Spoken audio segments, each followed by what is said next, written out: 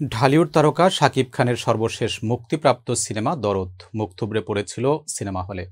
সর্বভারতীয় সিনেমা হিসেবে প্রচারণা চালানো ছবিটি মুক্তি পায়নি ভারতে, এমনকি পাকিস্তানে চালানোর চেষ্টা করেও ব্যর্থ হয়েছে সেটি। অবশেষে ৩৩ টাকায় ঘরে বসে ছবিটি দেখার সুযোগ করে দিয়েছে ওটিটি প্ল্যাটফর্ম আইস্ক্রিন।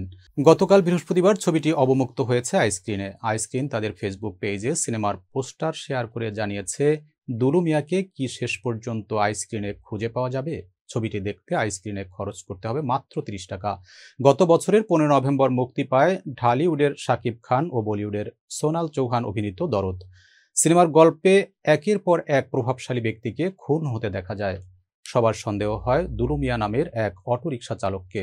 দুলু মিয়া চরিত্র অভিনয় করেছেন শাকিব খান। প্রেমের গল্পে আবরণে সিনেমাটি মূলত এক সাইকো থ্রিলার।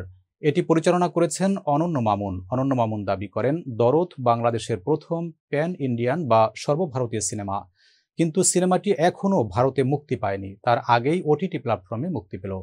এর মধ্যে ছবির নায়ক শাকিব খান তার নতুন সিনেমার শুটিং শেষ করেছেন।